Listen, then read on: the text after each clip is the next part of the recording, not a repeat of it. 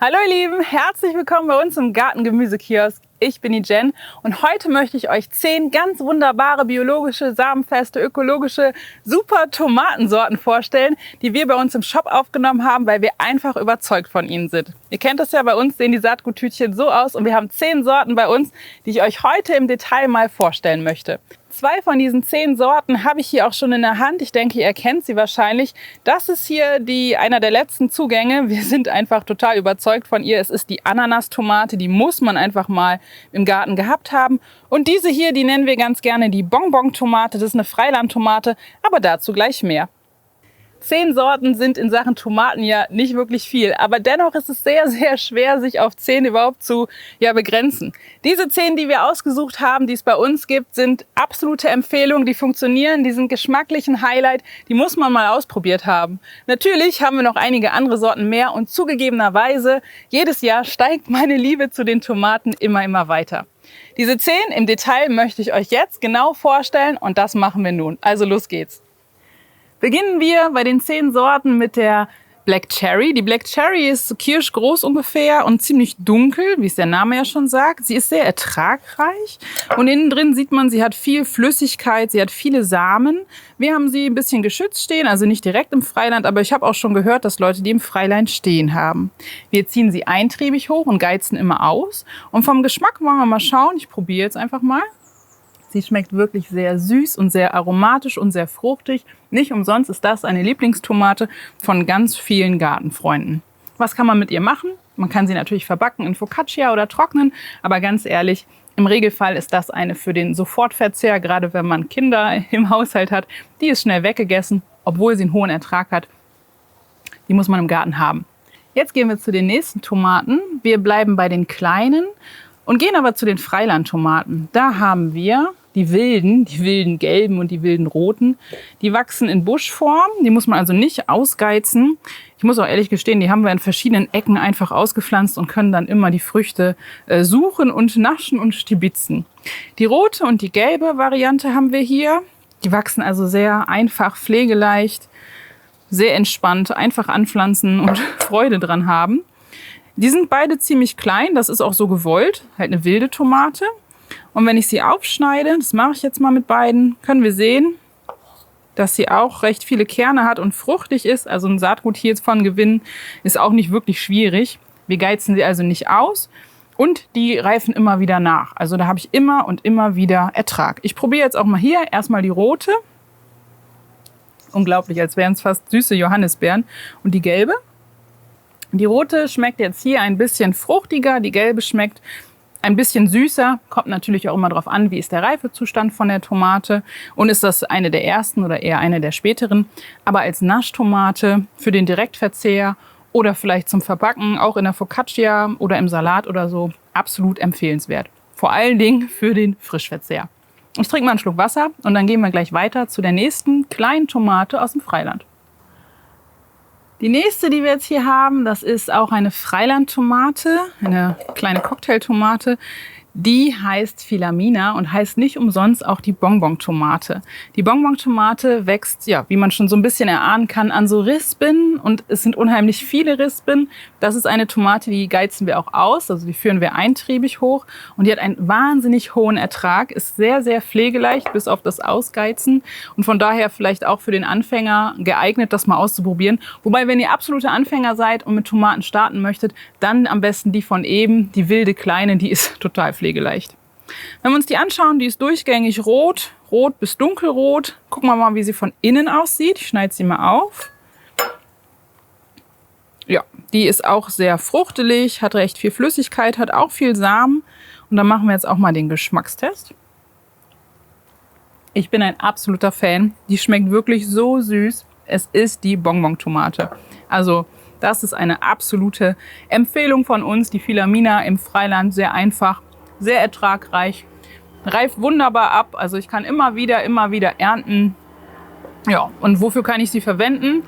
Natürlich für den Salat beispielsweise geht das ganz gut, zum Frischverzehr, Direktverzehr oder auch zum Verbacken, wenn ich das möchte.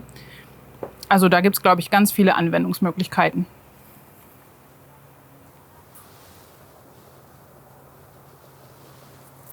Bleiben bleiben wir bei der nächsten Sorte im Freiland, also bewusst im Freilandanbau.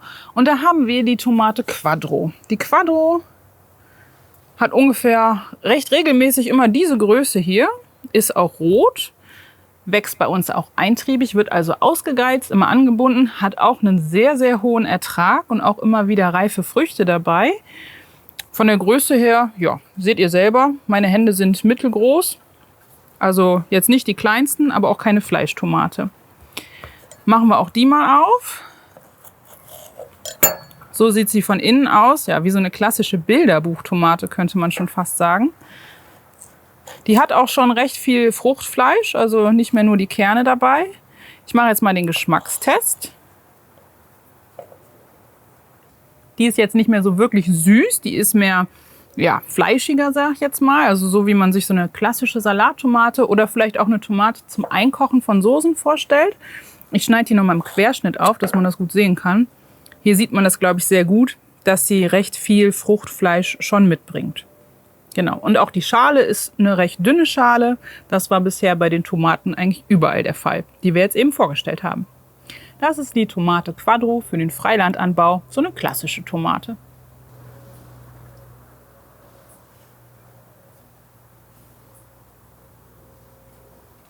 Die folgende Tomate ist eine Tomate mit einem sehr, sehr milden Geschmack. Sie heißt die Berner Rose.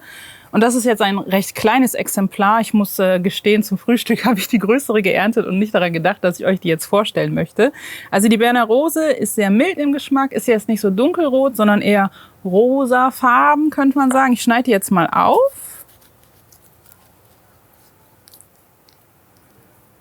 Hier können wir schon ganz gut sehen, dass sie relativ wenige Kerne hat, viel Fleisch hat. Hier nochmal der Querschnitt der Berner Rose. Auch hier lässt sich gut erkennen, viel Fruchtfleisch, wenig Kerne, sehr saftig. Jetzt machen wir mal einen Geschmackstest.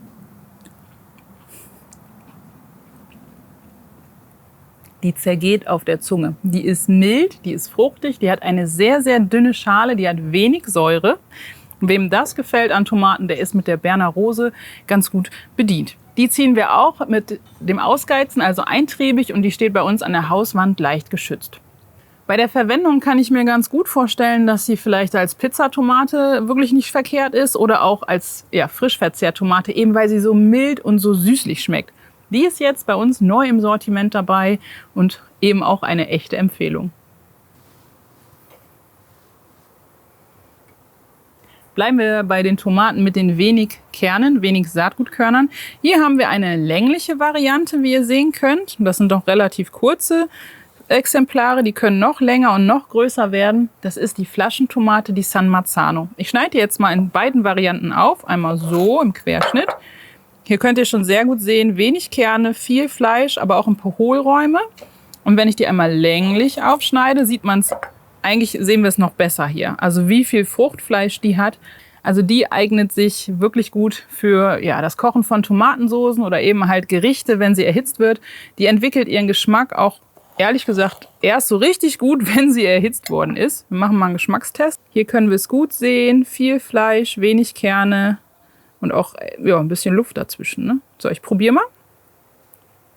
Die schmeckt jetzt roh nicht schlecht, aber im Vergleich zu den anderen ist es jetzt unerhitzt, keine Geschmacksexplosion. Die schmeckt schon fast ein bisschen mehlig, würde ich sagen. Also die ist für die Küche gedacht.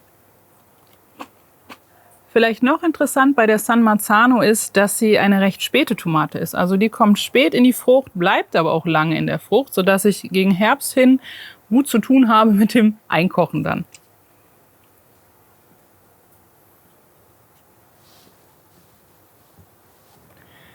Die 7. Tomate, die ich euch jetzt vorstellen möchte, ist die Lieblingstomate von meinem Mann, den ich immer den Gärtner nenne. Das ist die Saint-Pierre-Tomate. Ihr seht schon hier in meinen Händen, die Größe ist auch hier ein bisschen variabel. Wir schauen uns die mal genau an. Gezogen wird die bei uns auch eintriebig, das heißt, sie wird ausgegeizt. Wir bauen sie geschützt an und sie hat auch einen recht guten Ertrag. Schauen wir uns die Tomate mal an. Ich schneide mal die große und dann auch anschließend die kleine Tomate auf. Ich liebe Tomaten, habe ich das schon gesagt? Wow. Ist das nicht ein Kunstwerk? Die sieht doch phänomenal aus. Das ist eine kleine Fleischtomate und im Vergleich zu vielen anderen Fleischtomaten hat sie zwar recht viel Fruchtfleisch, aber auch recht viel Saatgut. Also hier ist das Saatgutvermehren, was bei allen diesen Sorten geht, das sind samenfeste Sorten, relativ einfach. Mal im Vergleich die kleinere, schauen wir uns das mal an, die ist auch reif. Hier können wir das auch gut erkennen, recht viel Fruchtfleisch. Wir machen mal einen Geschmackstest jetzt bei der kleinen und bei der großen. So.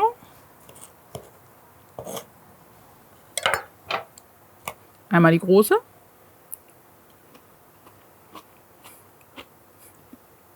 Die schmeckt auch wirklich gut.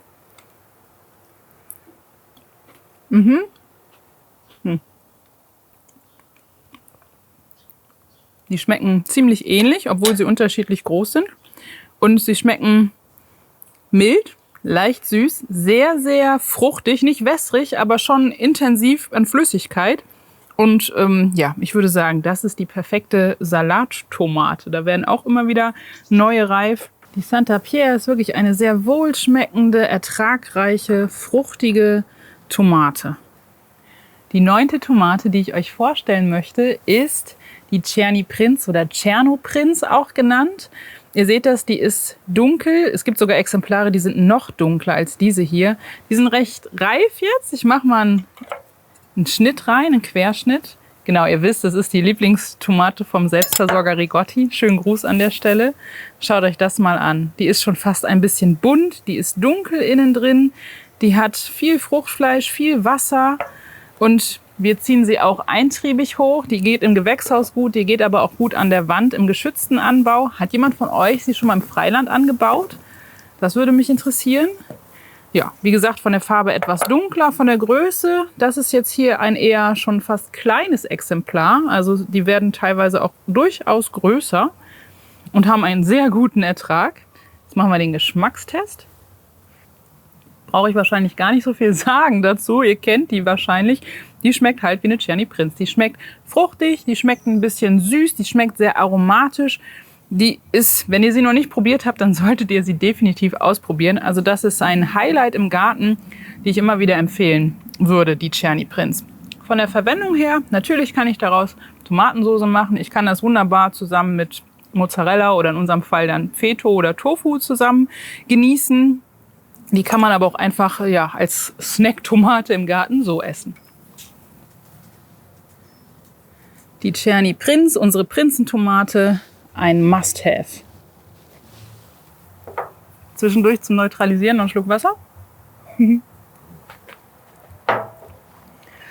Zum Schluss, neu im Programm, haben wir das absolute Must-Have, die Ananastomate. Das ist jetzt ein recht großes Exemplar und ihr seht ja auch hier unten ist sie ein bisschen vernarbt. Es gibt unterschiedliche Größen und in der Regel hat sie auch immer diese Wulst hier.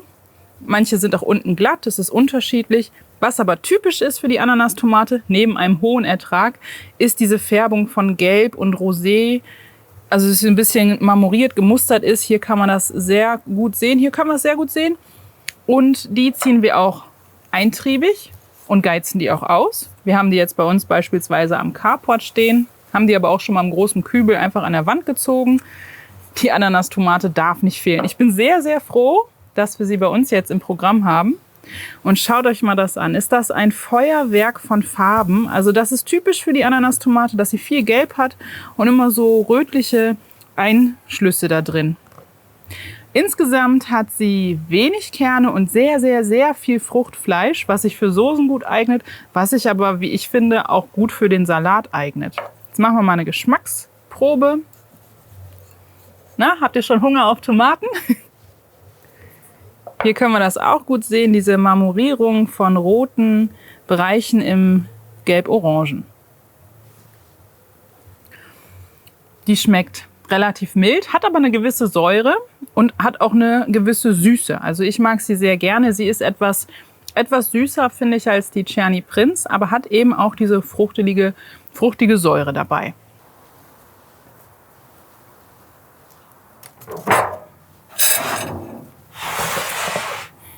Ich muss zugeben, zugeben, ich bin schon sehr stolz und auch froh, euch jetzt dieses Sortiment hier vorstellen zu können. Ich finde es selber sehr, sehr gut, deswegen ist es ja bei uns auch drin. Wer also eine Naschtomate haben möchte, was Kleines, was Süßes, der ist mit der Black Cherry, mit der Filamina, mit der Wildtomate Rot und Gelb recht gut unterwegs. Die sind ja auch recht einfach anzubauen. Wer hingegen lieber Tomaten einkocht, für den haben wir die San Marzano als auch fürs Freiland dann die Quadro im Programm. Wer lieber so eine klassische Salattomate hat, für den wäre die Berner Rose wirklich empfehlenswert, aber eben auch die Saint-Pierre. Für jemand, der sagt, Fleischtomate gefällt mir schon ganz gut, aber ich möchte nicht so einen riesen Klopper haben. Wer hingegen aber ein ganz, ganz besonderes Geschmackserlebnis haben möchte, ist mit der Berner Rose auf jeden Fall gut dabei, aber auch eben mit der Czerny Prinz oder mit der Ananastomate, die in keinem Selbstversorgergarten fehlen darf. Ihr Lieben, ich hoffe, ihr seid neugierig geworden auf diese Tomaten. Vielleicht habt ihr auch schon die ein oder andere bei euch im Garten stehen. Wenn ihr sie habt, welche von diesen 10 ist eure Lieblingstomate? Schreibt mir das gerne mal in die Kommentare unter diesem Video. Und wie bekommt ihr diese Sorten? Ich habe es vorhin schon mal erwähnt. Wir haben die bei uns in unserem Sortiment, in unserem kleinen, feinen Garten-Gemüsekiosk-Shop. Da könnt ihr alle 10 Sorten bekommen. Und es ist ökologisches, geprüftes, zertifiziertes, samenfestes Saatgut. Das ist super, denn dadurch könnt ihr das Saatgut, wenn ihr es bei euch im Garten habt, die Tomaten, ganz einfach selber weiter vermehren und immer wieder nutzen.